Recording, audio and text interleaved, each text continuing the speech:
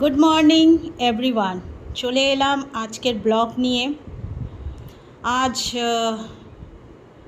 আজকে আমাদের একটা খুব বড় দিন আছে, যার জন্য আজকে রাতে আমাদের পার্টি আছে। তো যার ফলে সকালবেলা তো ইডলি বানিয়েছি, হেলদি ফুড, যাতে কি কোনো সাইড এফেক্ট না হয়। আর দুপুরের জন্য বেশি কিছু রান্না বান্না করিনি, কেন রাতে পার্টি আছে, হিউজ খাওয়া দাওয়া হয়ে যাবে।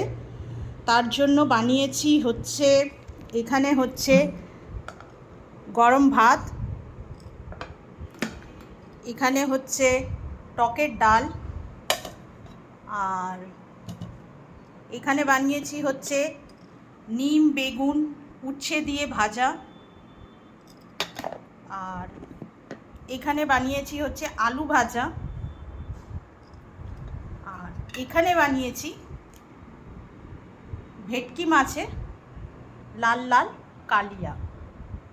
এই হচ্ছে আজকে রেসিপি। সারাদিনে বেশি কিছু রান্না করিনি, কেন কি রাতে খেতে হবে।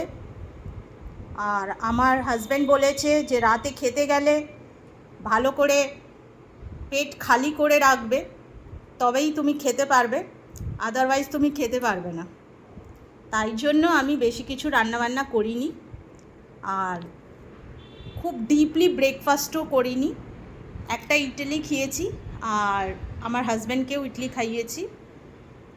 তো ফ্রেন্ডস, আপনাদের কি রান্নাবান্না হচ্ছে জানাবেন কমেন্টসে, আর কি কি বানিয়েছেন শেয়ার করবেন।